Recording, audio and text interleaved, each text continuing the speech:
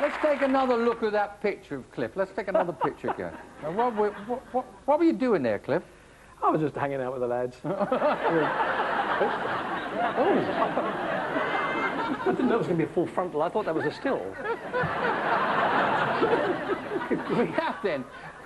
I think you were just playing for the camera there. I mean, you wouldn't never sort of, not in the bushes, would you? Well, I personally wouldn't, but I mean, I remember coming home from London once. My PA, Roger, was driving, and we pulled into one of those, you know, drive-in burger places, and got ourselves a burger, and he was dying to go to the toilet, and it was night, so they didn't have the restaurant open, so he couldn't get to the toilet. But there's a big hedge around it, and I said, just go into the hedge. You know, I've done it before. And he said, no, I can't do that. I said, Roger, it's really easy. And I said, I'm not going to do it, I'll just show you. So I got up like this, and the hedge came to here. And I pretended like this, and a lorry went by, and the bloke said, all right, Cliff?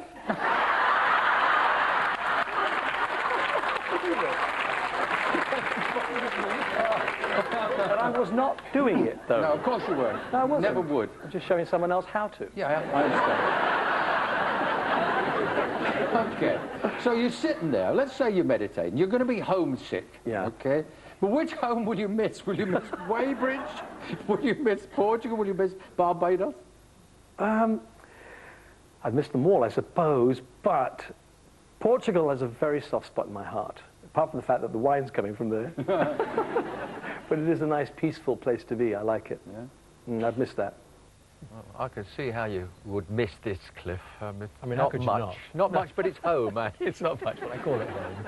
No, it's a lovely place. I mean, by chance I found this, really, because I wasn't actually looking for a house. I had a very nice house on the beach, yeah. But the development was getting close. And, you know, when you're about to serve a second serve, and someone says, can I have your autograph, please? You think, oh, dear, perhaps I ought to move a little bit further away. Because the whole point of coming to a place like this is to escape from all of that for a couple of weeks of the year. How long have you been here? 9 years and a couple of months now. But that's in this house? That's in this house, yeah. And then you had the first house in the 60s. Weren't you one of the first people to come down here? I've had a house on and off ever since 1961. But I had a house then in Albufeira, which was the first really famous village here. I mean, it was packed with... when we came here, there were a lot of French people, and within a year, they'd all gone. I mean, maybe because, you know, I arrived. So, why? Now, here's a question I have to ask. You just bought a house in Barbados, right? You're just finishing it. Yeah. Why, when you've got this, did you buy a house in Barbados? So I remember someone saying to me once, you can't have too much of a good thing. And I'm beginning to believe it's true. But seriously, I also was thinking about, you know, I became 60 last year, and I started thinking, what am I going to do? You know, I can't expect to go on at any pace year after year after year, and as it has been since I was 18. And I thought, I better start looking after myself, really, and thinking, what am I going to do when the time comes when the career maybe slows down, or I make it slow down? I don't want to come to Portugal all the time. I don't want to be in England all the time. And I thought if I had a third really wonderful place to live, I'd almost have the perfect life, really. Yeah. And that's where you begin to realize how lucky we are. And Barbados is completely different to here. I was going to say, it is a different lifestyle, because although people go there for holiday, they seem to be running to the beach, they're running to the bar, they're running to the restaurants, there's parties, and it is a fun place. It's a social world. But here, in fact, I don't think I know. I mean, I know to wave at the lady on the corner here, and I've met a couple of times there. They all know you, though. Or Sir Cliff, they all know you. Well, you don't have to ask anybody that knows. It's hysterical, because they don't really have road names. My road doesn't have a name. You know, well, oh, that's when we asked. They said, go to the Blue Windmill. Yeah, turn left at the toilets. Turn left. Yeah. And right opposite the dustbins, you'll find his house. It's like that. This house, this little shack that you slum around in, yes. This place, I mean, obviously the features for you are lovely tennis courts there, but there are vineyards here. Well, there are now. I mean, you put the vineyards in? Well, in actual fact, just down below here, there was a vineyard, but it was pretty well dying out, and they were growing they looked like wild Chardonnay grapes. And I talked to the farmer and said, look, I'd like the farm to work. So we planted 10 acres of figs, and we were about to do this. And they were 3 years old at this stage when I met the winemaker. And he said, well, we can grow vines here, but I'm going to need that land. And just as our first crop was just about to be picked of figs, we had to get rid of them all. Oh. Dig them all out. They cost me 30 quid a hole. And there were thousands of them. I like figs, but I'm more interested in the wine here. So am I. Yeah. Is there any chance I could have a look? Absolutely, let's go. That's just fantastic, isn't it, that view? I know, you can see it from up here, it's fabulous. It's just brilliant. Yeah. Look at that. Yeah, that's wonderful. I think the legs are going. They do walking around this place, I tell you. That's about 2 miles, that is. How much land is there here? Well, the whole farm has about 28 acres, but only 16 acres are covered by the grapes. Yeah. Well, so 16 acres of vines. Yeah. When it's production time, Cliff, how Well, many bottles would They you say? pick the grapes in September, and this year we're going to, but not until September, 37,000 bottles of wine. What? Yeah. You can't drink 37,000 bottles of wine, could you? No, but I'm going to try. And what I don't drink, we sell. So is it red wine? Is it white wine? It's red wine. They asked me, he originally said, what kind of wine do you want, white or red?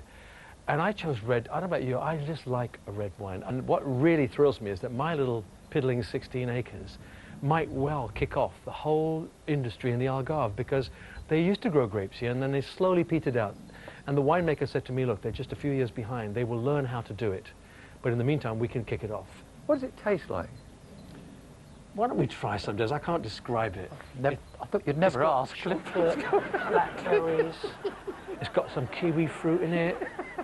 So that actual picture on there is it's the wine here, isn't it? Yeah, it's a vineyard. We found the picture in an art shop, and the artist must have come there, trespassed, and done a shot from that way, where they took a photograph and worked from a photograph, I don't know. But it was really nice because we wanted something that showed it as a farm. And of course, it's got the windmill up in the corner and the little section of the house with the trees going over it. But it's the red soil. You know, when it's dug up and it's wet, and it's been irrigated, things, I mean, the soil is just so wonderfully red. Is that going to be an expensive wine, or is it going to be simple price? That bottle, in fact, was the first 8 bunches, so that'll probably cost you about 8 grand. But there's one sweet lady, spends her life growing flowers and caring for the bees. Oh, power to the bees. There's some young girl laying down in Albufeira, laying in the sun. Power to the sun. And power to the boys who played rock and roll, made my life so sweet. And to the girls I knew before, and those I've yet to meet. Power to all our friends, to the music that never ends, to the people we want to be.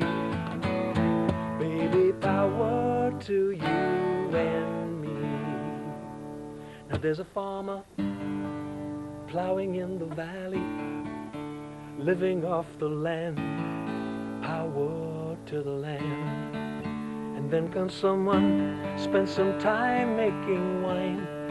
The wine's tasting fine. Power to the vine. Power to the boys who played rock and roll, I made my life so sweet. And to the girls I knew before, and those I've yet to meet.